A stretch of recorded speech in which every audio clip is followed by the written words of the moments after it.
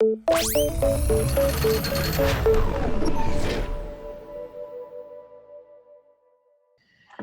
my, there is so much to unpack here. So, what we are going to do today is spend just a few minutes talking through some of the implications. I've got a very short presentation here on the EU AI Act, and then we have a fantastic panel of experts, and I'm going to let them introduce themselves as soon as this presentation is over to talk about some of the implications of this. We are not lawyers.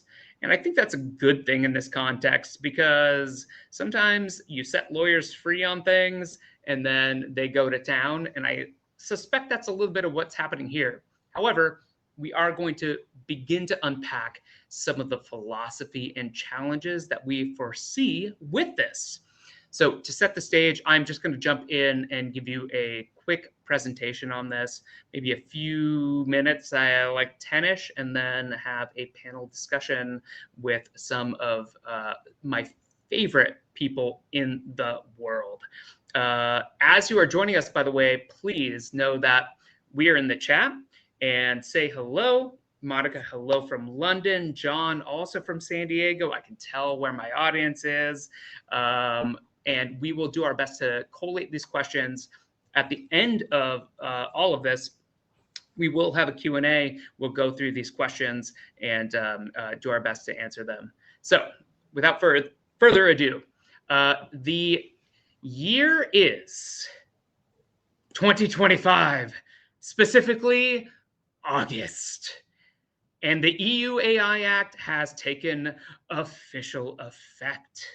But gasp, there's unintended consequences of the EU AI Act. Biometric data as we know it is banned. That means your facial recognition technology on your phone banned. Your thumbprint and fingerprint recognition on your phone banned. You cannot access your devices anymore. Spot, your favorite dog that all of you are walking right now and definitely all own, and particularly in Croatia, which I hear is a thing. Sure. Banned. Spot is destroyed. Companies scramble to figure out how they're going to deal with these massive changes. They're just trying to make sure that they can get people access to their devices. Markets tank. Dogs and cats living together. Mass hysteria. Probably not. There's some subtleties here, and there's some interesting aspects of the EU AI Act that contradict themselves. And while this scenario is probably not going to happen, like there are some big questions that we need to be asking. But for very realsies, in August 2025, this is coming to an effect, and we have, as companies across the United States and across the globe, honestly, fairly little guidance into how we are truly going to implement all of these kinds of guidelines. The good news, though, is that all of the guidelines before are still in effect, and there is stuff to come. So we're going to talk about the philosophy today about the EU AI Act. We're going to get into the various risk levels that they propose. And finally, we're going to talk about governance and how we can make sure that we are in compliance as individuals and companies. And then we will get into much more detail as a panel discussion than I can get into in 10 minutes. Starting with the philosophy, well, straight from one of the individuals who is an architect of the EU AI Act. The goal of this at its highest level, and I don't mean from the EU's standpoint of regulating AI, I mean the EU's goal is to truly be a leader in this space, similar to the way that they were leading the way on privacy rights. And that has a lot of implications because it means that it's going to present itself as an opportunity for companies that are ahead in making sure that they're meeting these goals. Because just like GDPR, this act affects literally the entire world. GDPR was meant to set forth a set of privacy laws, and even if you're not in the EU, these privacy laws affect any EU citizen living abroad. So every US company knows that if you want to do business, you have to abide by GDPR. And the EU AI Act is exactly the same as that. So let's do a very, very quick compare and contrast between the EU's approach and the United States' approach in terms of how they're regulating artificial intelligence. One, well, obviously the EU has approached this with launching one large bill, and these are very intelligent individuals. They know that this is going to have to be updated over.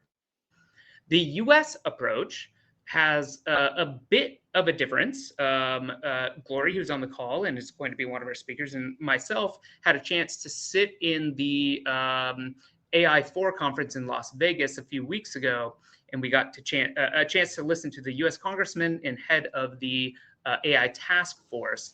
And it sounds like the US's approach is lots of smaller bills, in his words, one bill every year for 10 years, which is a much more iterative approach. Both the US and the EU are making sure that this is happening at some sort of local level.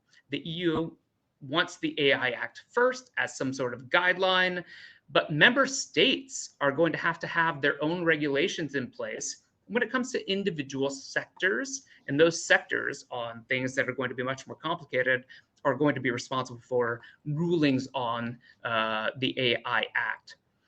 The US has something fairly similar. We are going to rely on sector-specific agencies like the FDA to make rulings on complicated AI matters ourselves.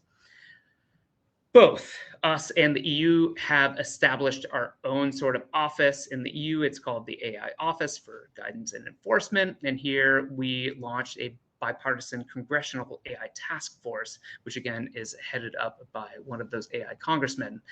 On the surface, these two approaches feel like they're not that different, minus number one here.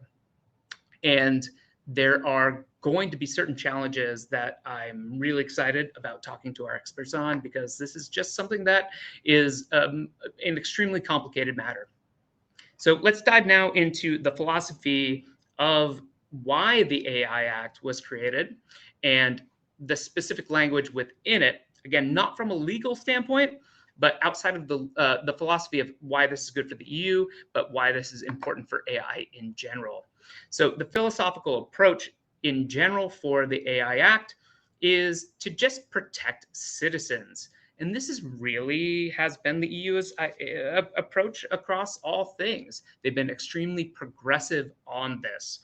And I would argue under GDPR, which is a moderately more straightforward thing to regulate, this has worked extremely well.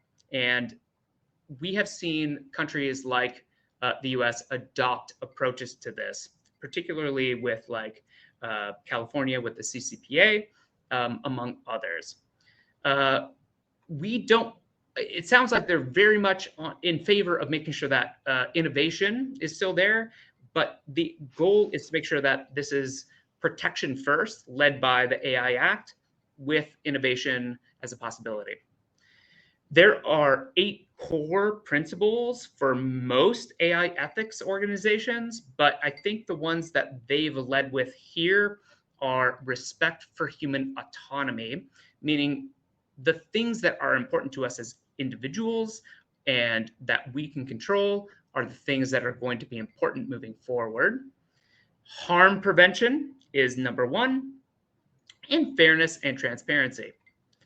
Finally, European values. And this is their approach on the AI Act, which I would say align with a lot of different values as well, upholding privacy, non-discrimination, and making sure that individual users control their own approach to artificial intelligence. So with that, there are 4 risk levels that they've outlined. And we are going to have to, as different companies, make sure that we're abiding by and recognizing these risk levels. Level 1, what's called minimal risk. Minimal risk. This is unregulated. We're not going to spend a lot of time on this. This isn't that big of a deal. It's kind of okay. This is the majority of stuff that is out there literally right now. The stuff that we've been working on for literally years, and we would mostly just call data science. This is our spam filters of the world. These are our autocorrects, our grammar checkers. These are our Instagram/TikTok AI photo filters and augmented reality instances. Personal virtual assistants, but only in the context of non-critical tasks. If you are trying to ask something the weather, whether it's Siri or Alexa, these things we know now are just mostly safe. These are not the things that the EU AI Act is particularly concerned about. These are the things that we would be like, yeah, it's AI now, because it's cool to say it's AI. Level 2, this is limited risk. And also, we're not going to spend an enormous amount of time on this. This requires light transparency, in the words of the EU AI Act.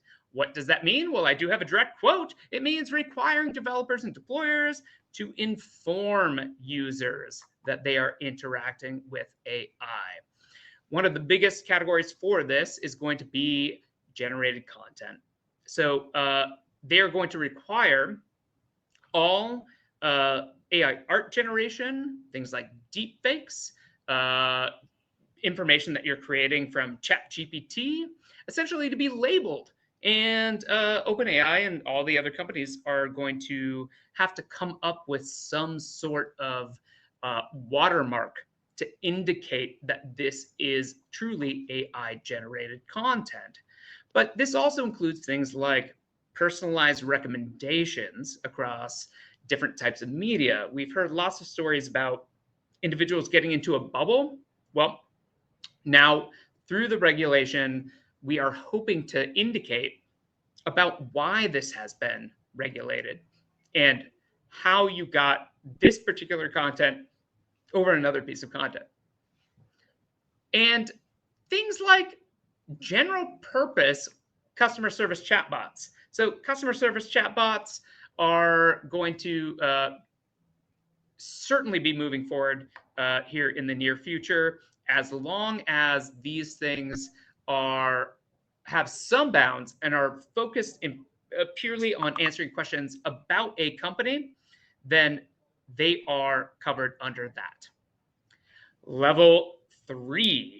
This is where we get a little bit more complicated between this and level 4. And we're actually going to spend just a tiny bit more time on this itself. These are your high risk under the EU AI Act models. This requires strict regulatory requirements. These are going to be things that are heavily looked at by the regulators themselves and reviewed. I cannot stress this enough. Under these guidelines, you can have one model that's the exact same model deployed in some other way to a different set of users, and it could be a level 2 risk or a level 3 risk. So deployment and how it's being used and who it's being used by is intrinsically linked to the risk itself. One of the core things, and I think this is one of those European values that comes out very, very strong, is that if there is something that is profiling individuals or processing individual personal data, that is going to fall under this risk category 3, this high risk category. Anything that could be used to identify individuals is high risk. This takes me back to the start of this presentation where I talk about biometrics and jokingly present a chaos world where we can no longer access our phones or our computers. This is going to be one of those contentious areas where there's just a lot of gray area, let's say. So what does fall under a high risk category? Well, anything that uses remote identification systems. So biometrics as remote identification systems, meaning that there's a database of biometrics and you are logging in with those biometrics. Another high risk category is biometric categorization on characteristics that are under protected classes. This is going to come up like literally again in 5 seconds and under the prohibited. So we are going to have to figure out like the differences between these.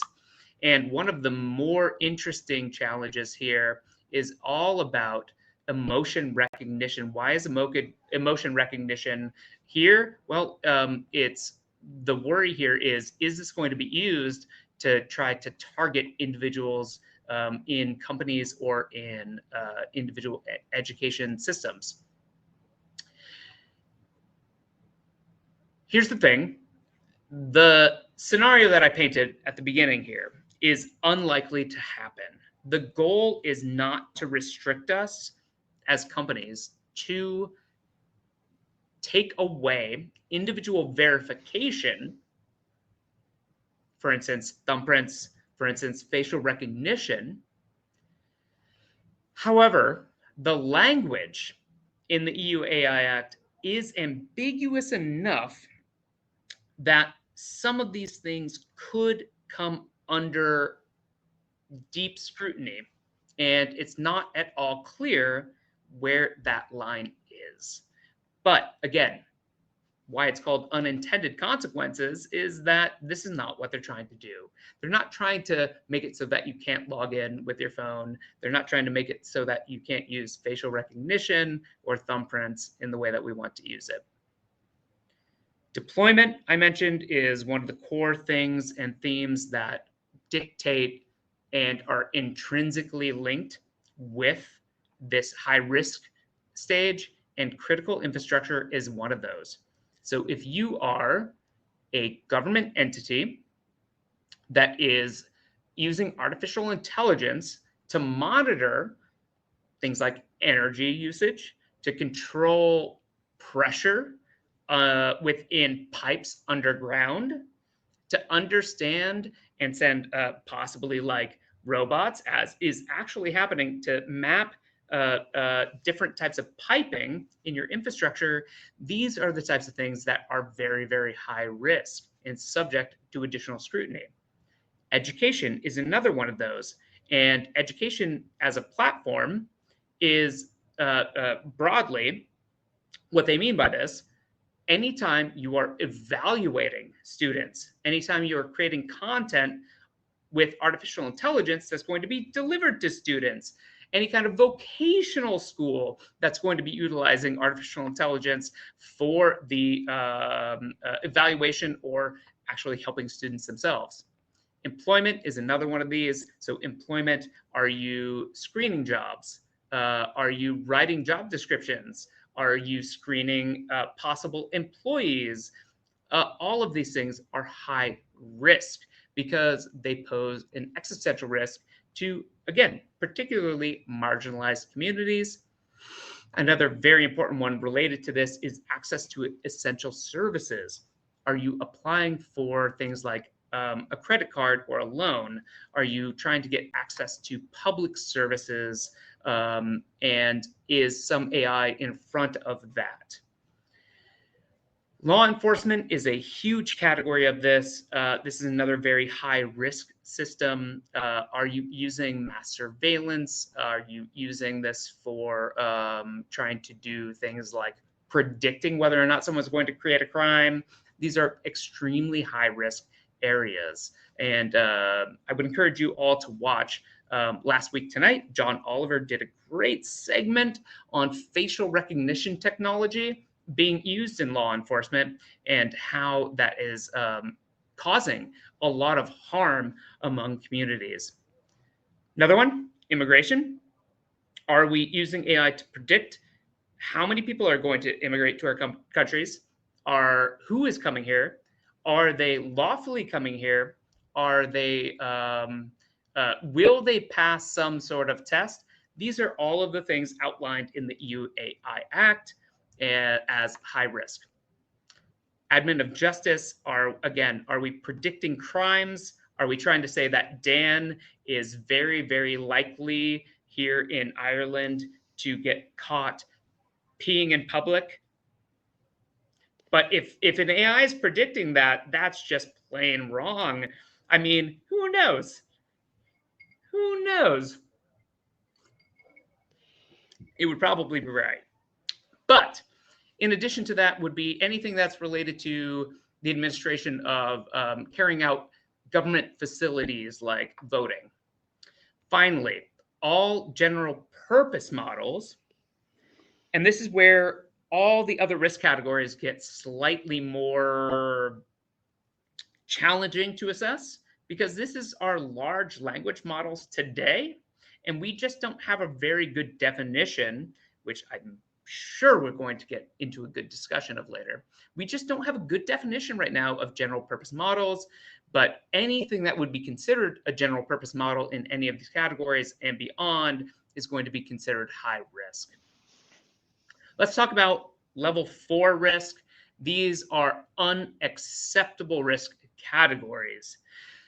Unacceptable? Yeah, it's just, I mean, like, yeah, it's unacceptable. It's prohibited. It just equates. So I have an example of one of those. I'm hoping that there's audio. If there's not, then you can tell me in the chat. Hey guys, Bixel and I would like to introduce you to a little app called Meow Meow Beans. Meow Meow Beans lets you say how much you like, who you like, when you like, all from a standard non-boost mobile phone.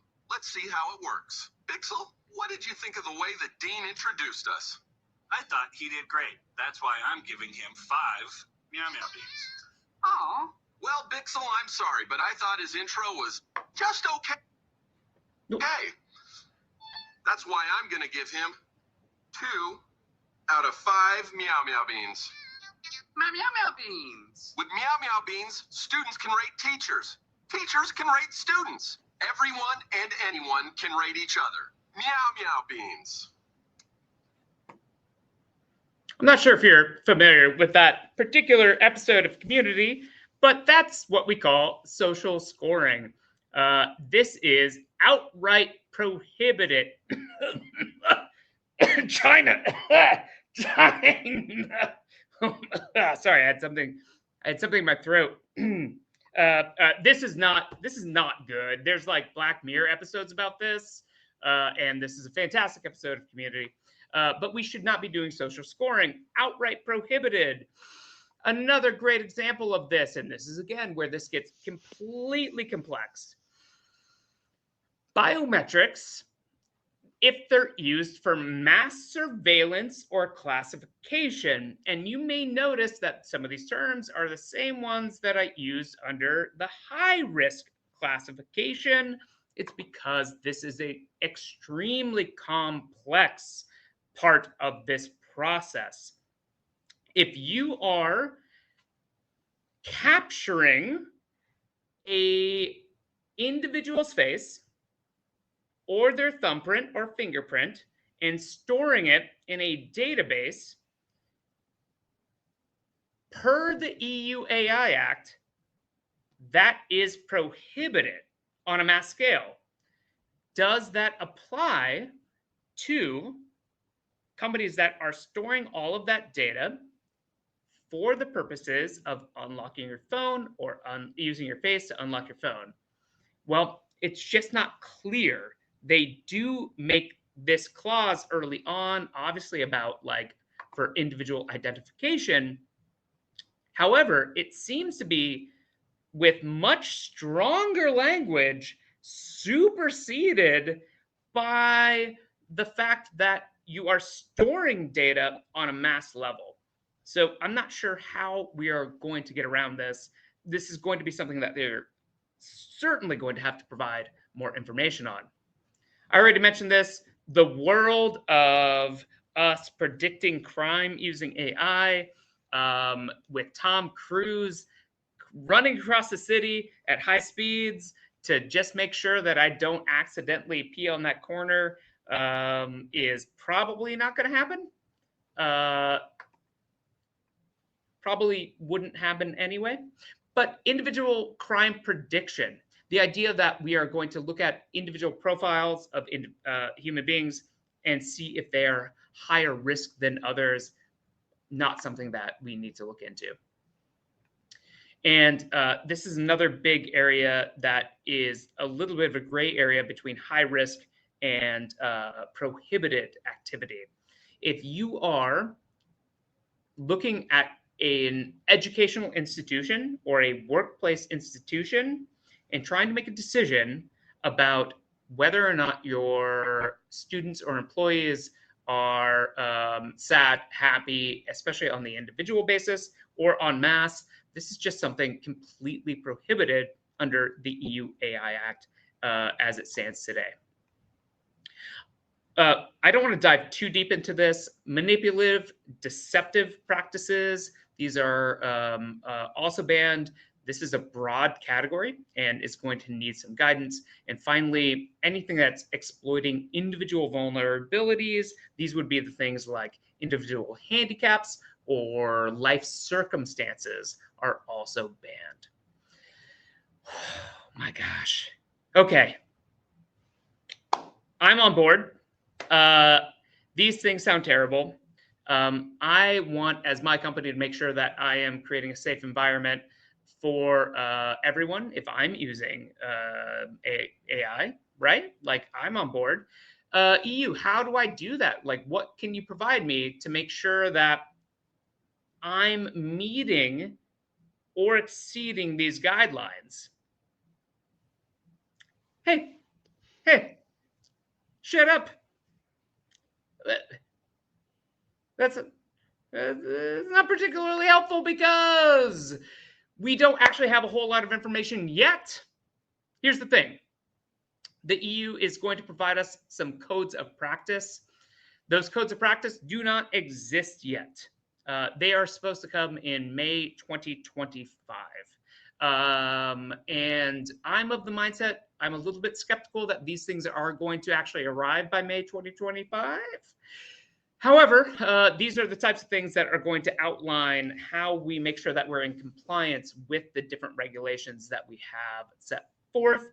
It's going to be a fairly big challenge for them to provide this.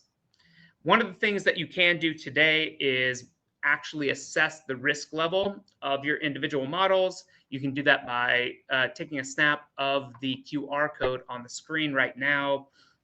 The AI office of the EU has provided a somewhat helpful tool as a step-by-step program to walk through, describe your industry, describe your AI, describe where it's being deployed, and it's going to help you understand that risk level. Your risk checklist, though, and I'm going to go through these very quickly because I really want to get to our experts, is stuff that we've been doing for a little while now, but slightly enhanced. Create a risk management system. If you've been in finance or any other company that has worked in this way, this is a no-brainer. Data governance, it's kind of the same thing, only like we need to look at it through a new lens. We need to make sure that we are providing documentation that regulators can understand and providing a way for them to access it. The core difference here between the way that we've been doing this before and the way now is that we are going to have to update this all the time and provide them regular access. We are also going to make sure that the way that we're deploying things is truly inextricably linked to keeping a record of events about where it's deployed and how that model is being used. Next, we need to provide usage instructions for deployment and interpretability of those models. Things like human agency recommendations, human under the loop, human over the loop. Next, ensure appropriate accuracy, robustness, and security. This is also one of those things that I think that we as companies have been doing for a while. This just gets a little bit more difficult in the context of AI. And finally, we need to make sure that we're monitoring and implementing some sort of quality management system. A great example of this, you ask, in terms of how would you make sure that documentation looks great? Well, that's us. I'm going to give you a very brief overview on what this might look like. If I go to our catalog here and look at Llama 3, one of the large language models, Tariq, who's one of our panelists, has actually helped us develop our documentation system. We want to make sure that it is user-friendly because documentation is not sexy and people don't want to read it. So we've done our best to make sure that it's user-centered. So I am of the mind that this is some of the best ways that you could implement your own documentation systems to make sure that you're meeting the requirements of the EU AI Act. First category is for the executive team. Basically, this documents your business case, the types of things that you are going to do, and importantly, business fit. How does this fit into your organization? The next would be implementation and governance. This is for your implementation team. How accurate is this model? Where was the training data? How did we look at the training data? Interpretability and descriptions of the inputs and outputs of data. And finally, risk and compliance. What are your human oversight recommendations, and are there risks for privacy or PII leakage? So, with that, I have with me some of the absolute best people on the planet. I have a personal relationship with every single one of these people. I am joined by Glory Dole, a professional troublemaker, Tariq, who is a good friend and, like I said, has helped us shape our own version of how we're going to do our documentation at my company, and Devin, one of the singular greatest minds that I've seen in how we think about making sure that we're in compliance with this, as well as making sure that we're meeting AI ethics. I do want to preface this before I jump into the panel. Yeah, these people work for super cool companies and agencies, and their opinions are their own. They're not representing their respective organizations while they are here. Legally is done. So I would love to jump in and hand it over to the actual presenters. Glory, if you wouldn't mind actually spending just a second to introduce yourself now. Thanks, Dan. Love the presentation. So I'm in Seattle, Washington. I oversee Medicaid for the state of Washington. And we work a lot with private companies in the healthcare space who have been using AI for years. And we're about figuring out how to regulate and hold compliance in those spaces. It's a really great time to be alive, and I'm really excited to be in this moment. That's a little bit about me. Thank you, Glory. Tariq.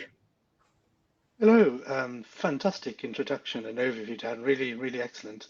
I'm Tariq. I've been very lucky, actually, that I've been able to work in different sectors and organizations of different sizes, and I've seen how data and algorithms have been used in a variety of ways. Over those years, I've been involved in making sure that the organizations understand the risks around the data and the risks around using automation or algorithms, and helping them to either mitigate and control those risks, and also advising organizations really on whether their ideas are actually sane or ethical, or will stand the test of public opinion. More recently, with the emergence of big data and deep learning, and now really interesting forms of AI, there's a lot more interest in the safety and the fairness and the ethics of these systems, and organizations, there is a demand for help with responding to that challenge. And as you said, the emergence of the EU AI Act really crystallizes that thinking.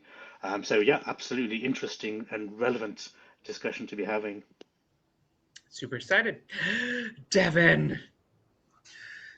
Thank you, Dan, and again, great presentation. Oh, As Dan mentioned, I currently actually have a dual purpose role. One is to help clients kind of think about the risk management aspect, the controls and risk aspect of, including compliance, generative AI, determinative AI, and application of any kind of modeling techniques.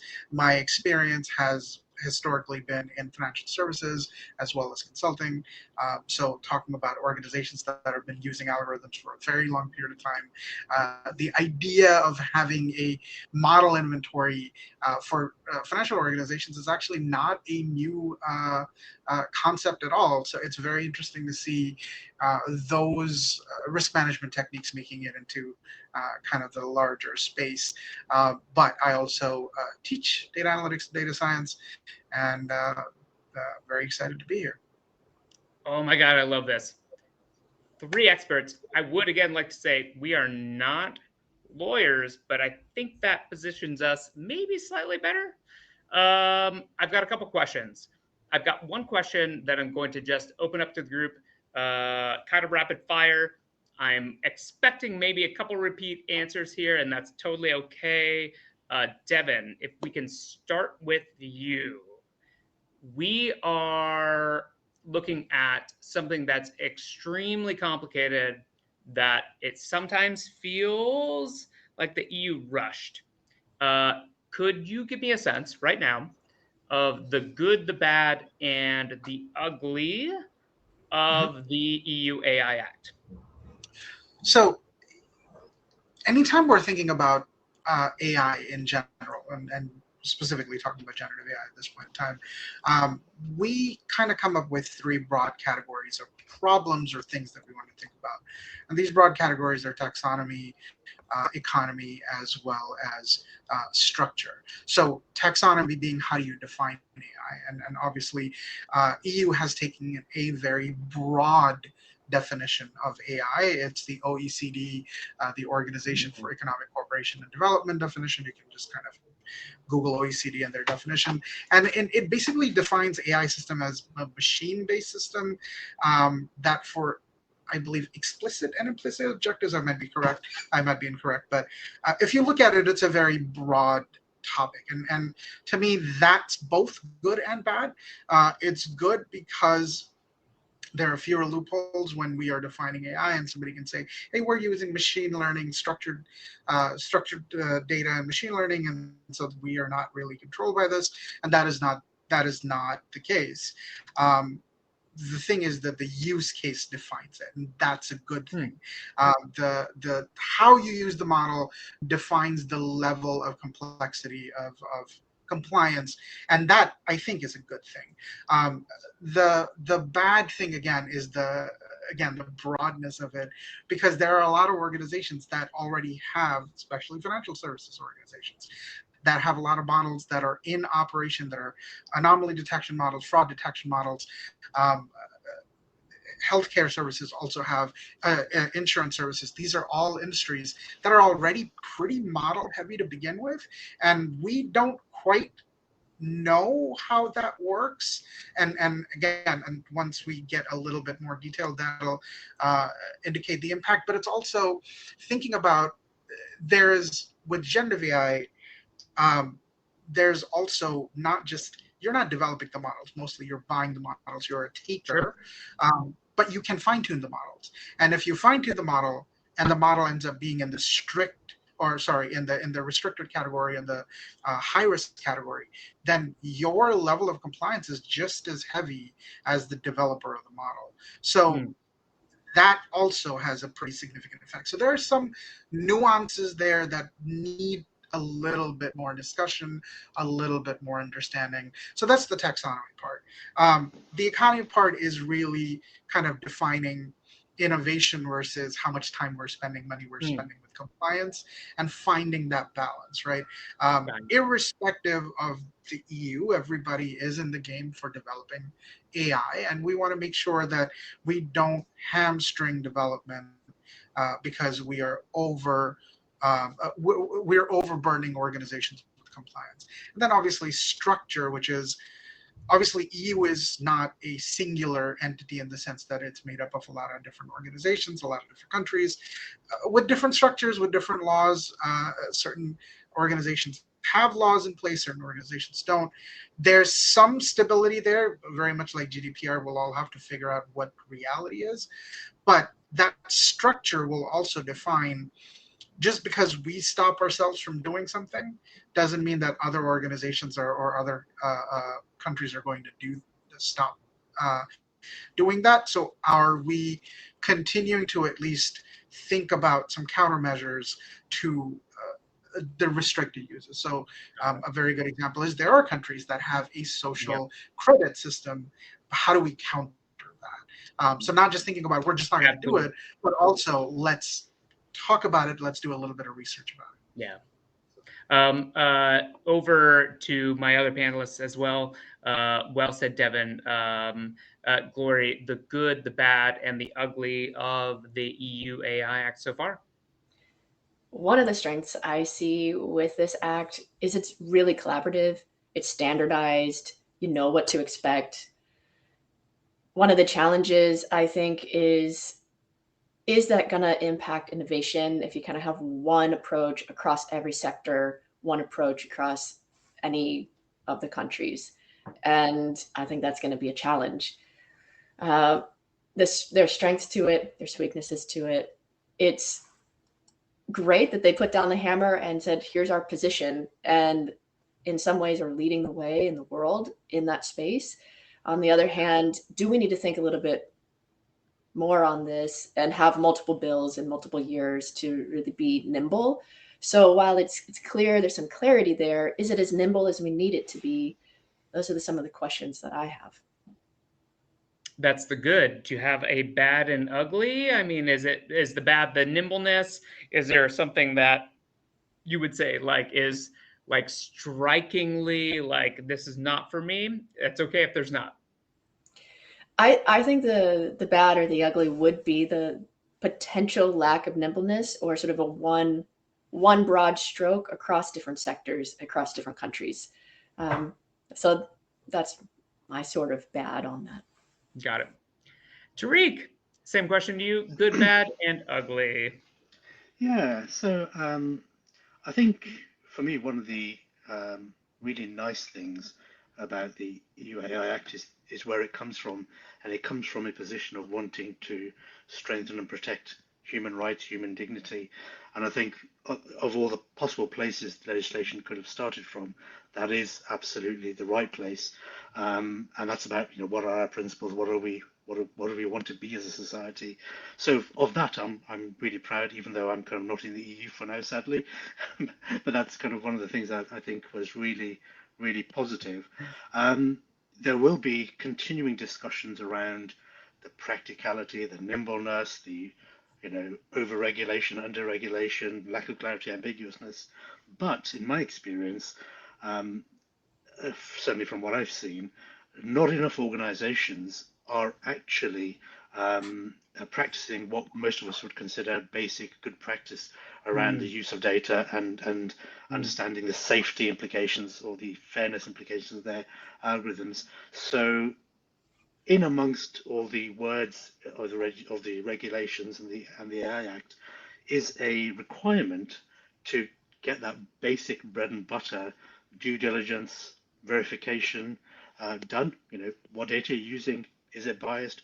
Write down and publish why you think your algorithm or your system is fair. Encouraging organizations to start doing that testing where it's such an alien concept for them now.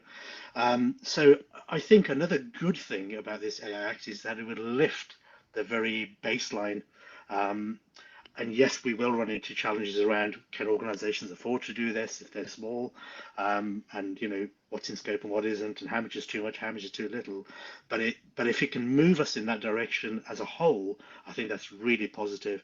And if that's the only achievement of the EU AI Act, that more organizations all start actually testing and writing down what their systems are doing, how they behave, how they originate in terms of data, that'll be fantastic. In terms of ugly, I think there is a risk, actually, that the effort is discredits itself. So the ambiguities and some of the areas which can be left open for challenge might be used by those who are against this kind of regulation to stifle the system, to clog up the courts, to create fear, uncertainty, and business hate uncertainty, and that can discredit it. So I think there might be a risk that there's potentially overreach for now, stretching too far, biting off more than you can chew, and the risk is that it actually brings the whole effort crashing down.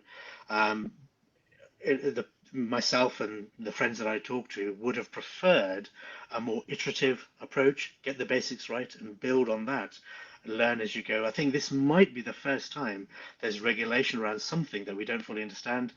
Back in GDPR days, actually, there was a lead up of almost 30 years around privacy campaigners and people talking about privacy. So that space was really well understood by the time we regulated it.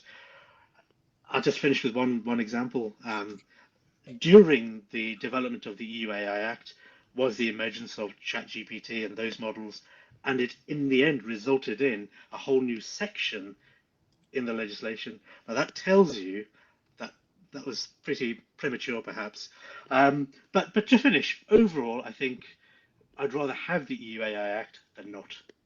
Interesting. Okay, that's super good. So, like, I think that what I'm hearing from all three of you is that in general, and I believe that this is mostly shared by all of us in the community, is that some sort of legislation and regulation is a good thing. We are in favor of making sure that the harm prevention aspects of this are put into a purview. Like, these are the things that are front and center. If there was something that was maybe a bigger criticism, is that this is extremely fast. Like, everything is moving crazy fast. And I would not myself have predicted the way that these things progressed. And based off of that, it will become extremely difficult to regulate them in the future. That is kind of what I'm hearing. Tariq, you mentioned something about the way that we may do an iterative approach. Glory, you and I met at the Las Vegas AI 4 Summit, where we both sat and we heard Jay Obarito. I think that's the Obernolte. Yeah, sure. Yeah, that makes sense. That's his actual name. We saw him present, and we also, I know I got to hear a little bit from one of the architects of the EU AI Act in a roundtable, which I don't think you were present for, but have read enough about. How would you describe the difference in approach between the AI's approach and the EU's approach, if any?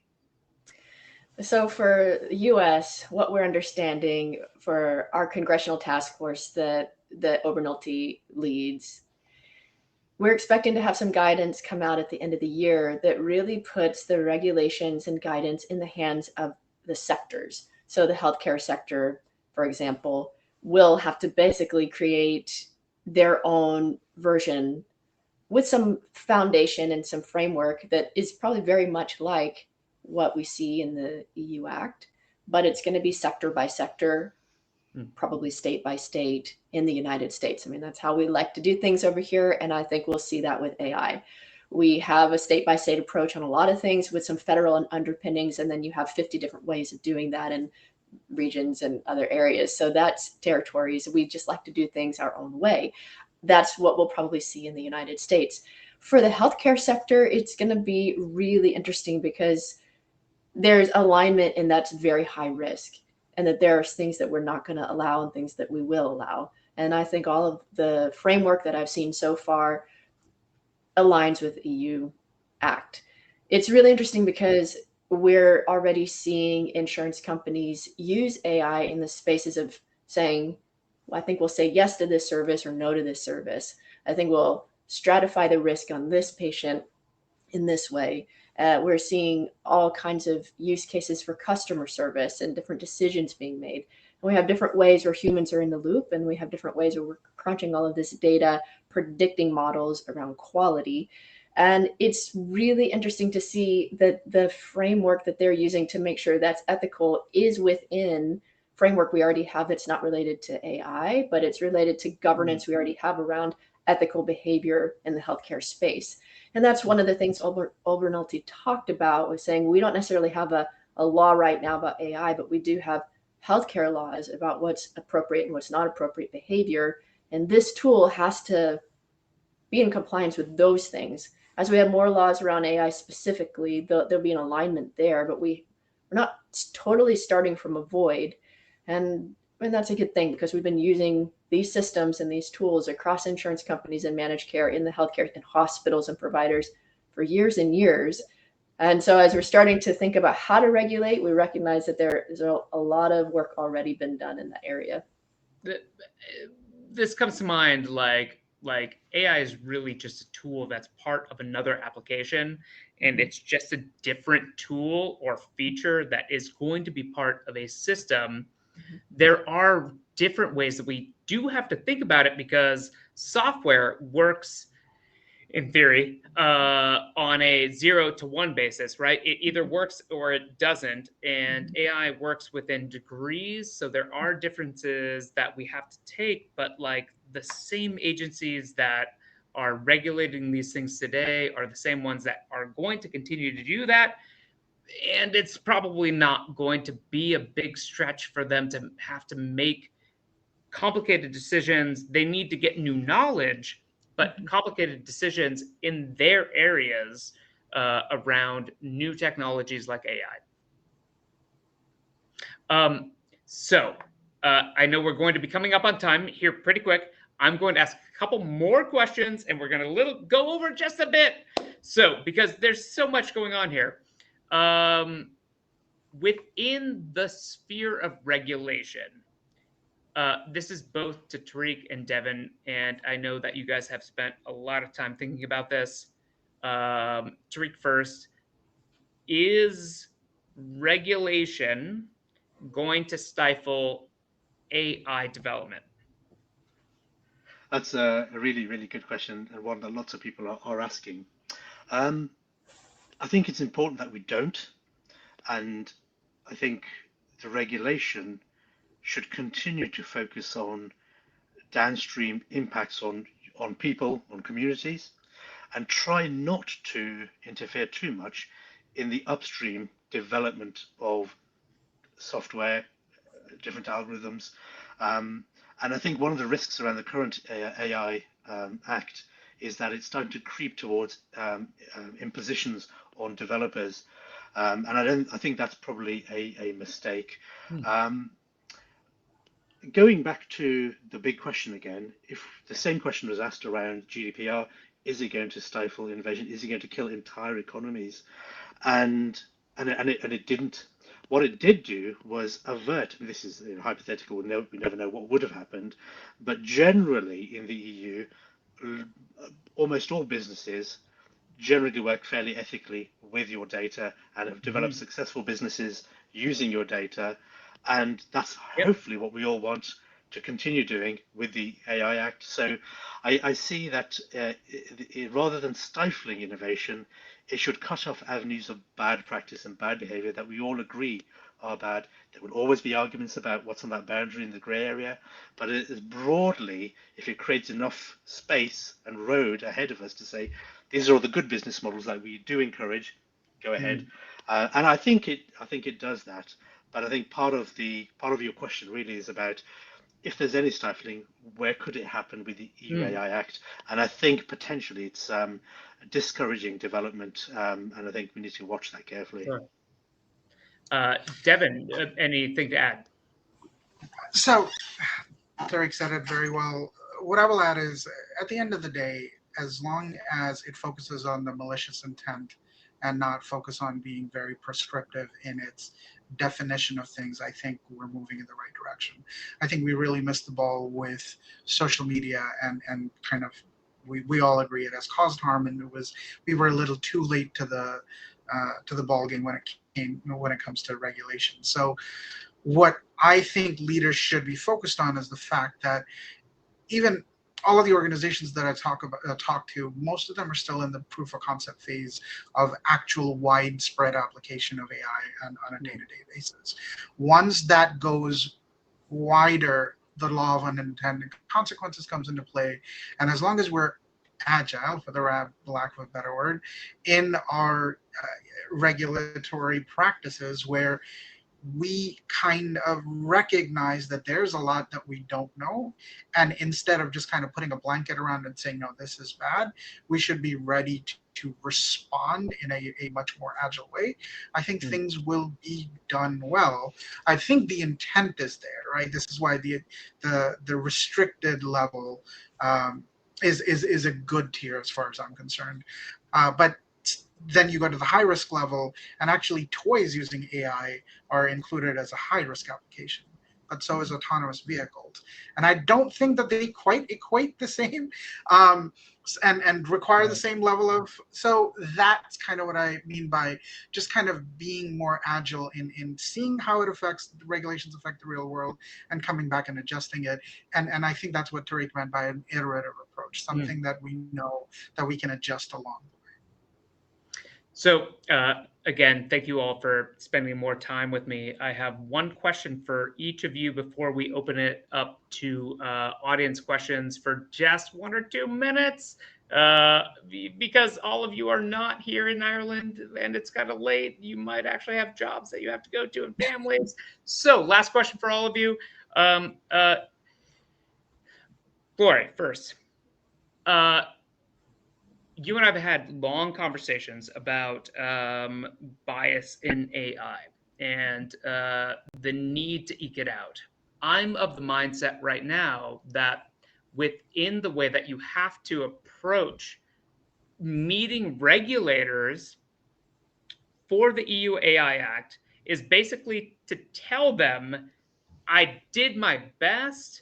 Could you talk a little bit about what it means to have bias in AI and the difficulties of communicating to possibly a regulatory body about some of these things?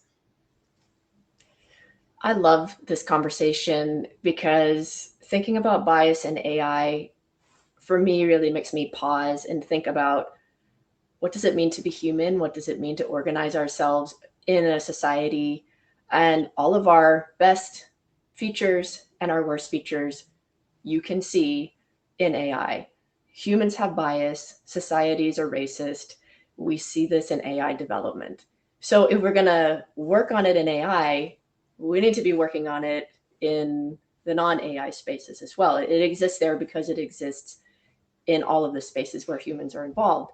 And I think it's really important to put the planet first and then people and then profit. And I think when you have that hierarchy of thought around how we're developing, implementing, using, mitigating risk around AI has to be in that order: the planet, people, and then profit. If you have it in the reverse order, you're just going to mess a lot of things up. I really think the way Mo Gaudet talks about us as parents of AI and whatever we're kind of passing along, whatever traits and characteristics and bias that we have, we may pass along to our children. And our job in developing and creating the world we want to live in is about being the greatest parents we can to this system. And that's really what I think about it. As I'm interacting, I become more aware of the areas that I'm not seeing and bias that I have in my own life, try to address that and invite more people to the table that maybe are typically left behind in these tech spaces, particularly in Medicaid. This is the population in the United States that are the most vulnerable, that have the most disparities related to all kinds of social drivers of health. And are we at the table enough in these rooms where decisions are being made? And I think that's one of the areas where bias can be impacted, disparities can be impacted. So a good, strong look at ourselves, a good, strong look at who's invited to the room. And I think that's the foundation for having these conversations about bias with AI to regulators. I love every bit of that. I mean, there's no part of this that isn't difficult. And the first step, Alan Alda, the actor, Alan Alda, once said, it behooves us, and I'm paraphrasing now, not a direct quote, to slough off our assumptions. And by assumptions, he means our biases, and to take a look at the world with a set of fresh eyes and make sure that we are reviewing it in a sense that is more objective.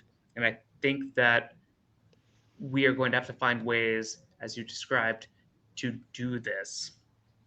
Oh my God. All right. 2 more questions. One, my friend Devin, you own a couple of restaurants. You're a good dude. Can you tell me about your restaurants really fast, by the way? Sure. I own a restaurant in Jersey City called Cafe Elise, and we serve a multicultural menu, and we're opening up a pizzeria very soon. So I'm not saying that AI regulation is going to affect your restaurants by any means. Are you using AI to create pizzas over there? So, funny that you should ask. We are actually using AI to generate some recipe ideas from multicultural menus across the board. I mean, obviously we do the testing and things like that, but for idea generation, yes, we actually also used it for generating the logo and coming up with the name of the pizzeria. It was actually quite involved. I mean, randomly, just because I happen to be in the field, I decided to use it quite a bit.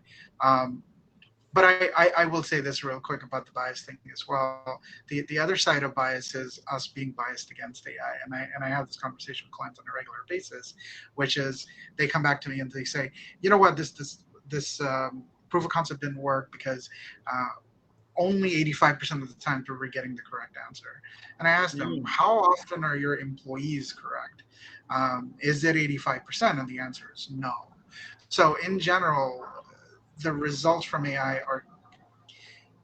we are biased against AI sometimes, where we hold AI at a higher standard of performance than we hold human beings. So we, as parents, we also have to be careful that we don't put an undue burden of accuracy on models and then litigate and regulate towards that. Being wrong is a good thing sometimes. Devin, that was not my question to you as my actual question I was going to ask, but I think that was far better than anything I could have asked. Like, you just went and described the plot of iRobot when we started talking about pizza shops, and I couldn't be happier about that right now, because it's amazing that this is the kind of conversation that we're actually having, like, literally right now in almost 2025, when the AI Act is going to become actually law. So, final question, and then I'm going to turn it over to our audience, and we may run out of time here. Tariq, you and I have 1,000 questions about this. We've talked about this. It's almost hard for me to pick the best thing that we could chat about right now. I think that the thing that would be most interesting to hear about would be, we keep saying the freaking term AI, and how on earth are we going to regulate something that we don't have a definition of? Like, experts next to me can't agree on this. Yeah. a huge question, and we could talk about it for an hour, but I won't. I think it's worth going back to basics and remembering two things. What we really care about, we care about the impact, the effect, not so much the mechanism by which it happens. Now, if we can improve the effect by, by regulating the mechanism, great. But let's never lose sight of the fact that what we're trying to do is improve people's lives, avoid harm. And as long as we keep that front and foremost, that will guide us through some of the jungle of legal text and ambiguity and disagreements about scope and grey areas, as long as we do that. I think secondly is actually comes back to one of the biggest lessons that I have learned working in this space is to always remember that it is a person that is accountable.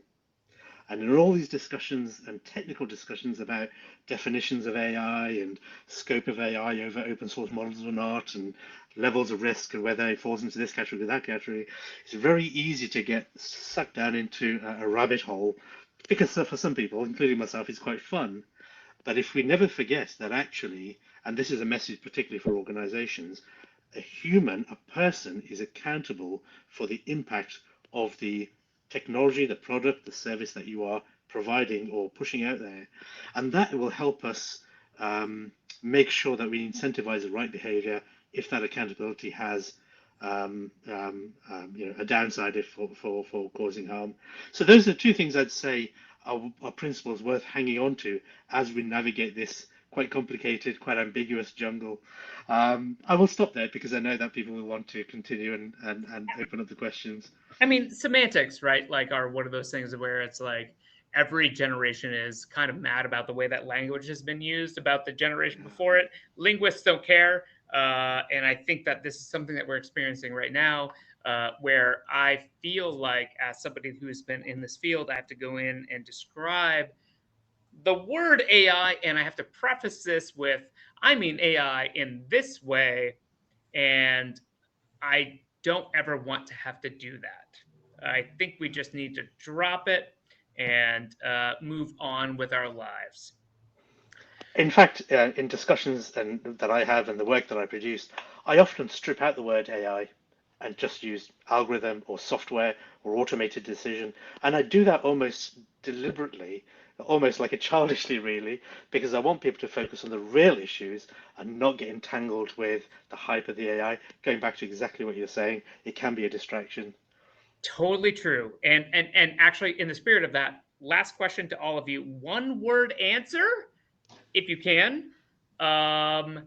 What is your favorite way to describe AI that's not AI? One word where you would use it, like Tariq said, algorithm.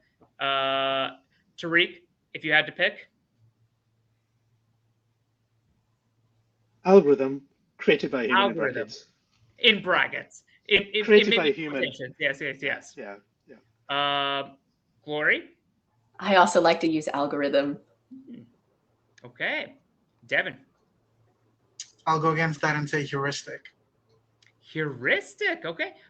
In certain circumstances, absolutely. I do have my favorite, and it also gets me in a little bit of trouble. I like to say model.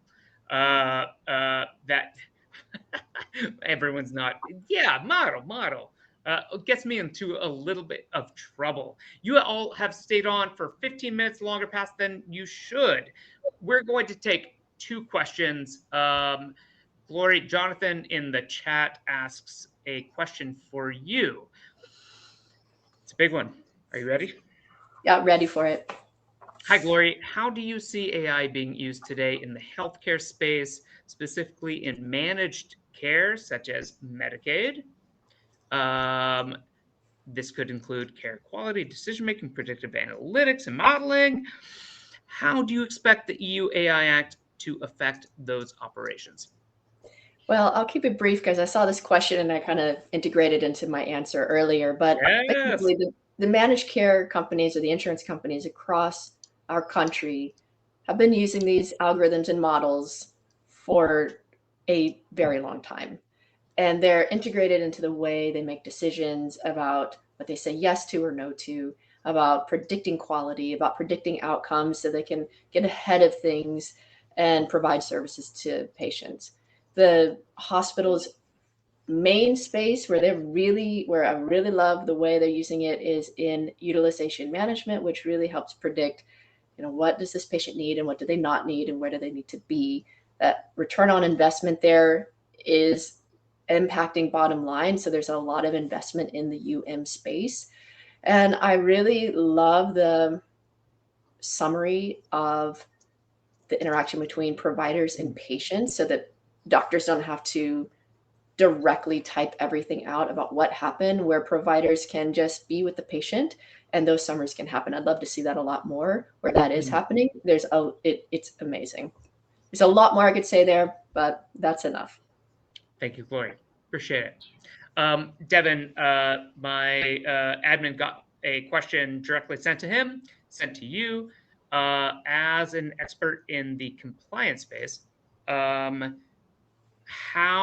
are you thinking about people being upskilled in compliance, like procurement, that need to know about these types of technologies? So that's a very relevant, very big question. I'll keep it short, in the sense that, in general, a general sense of digital literacy, and I'm specifically saying digital and not data literacy, is going to be important in understanding how systems interconnect with each other. And if you look up third-party risk management specifically, because that's where most of the risk is now going to be sitting, because everything is going to be third-party related. Unless you're using open source, somebody's provided the model, you are incorporating it in your product, providing it to somebody else. So third-party risk management compliance is going to become a very, very important part of this conversation.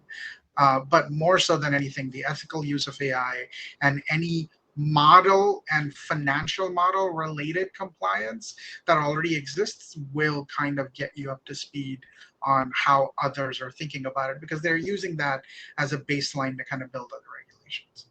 So if they're wondering how they should approach this, like the financial sector has been a good baseline as to expanding their own knowledge on evaluating different types of vendors, different types of risk.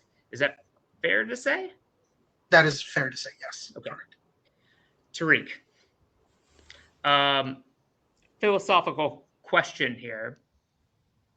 We are entering a realm of uncertainty, I think is the right way to frame this.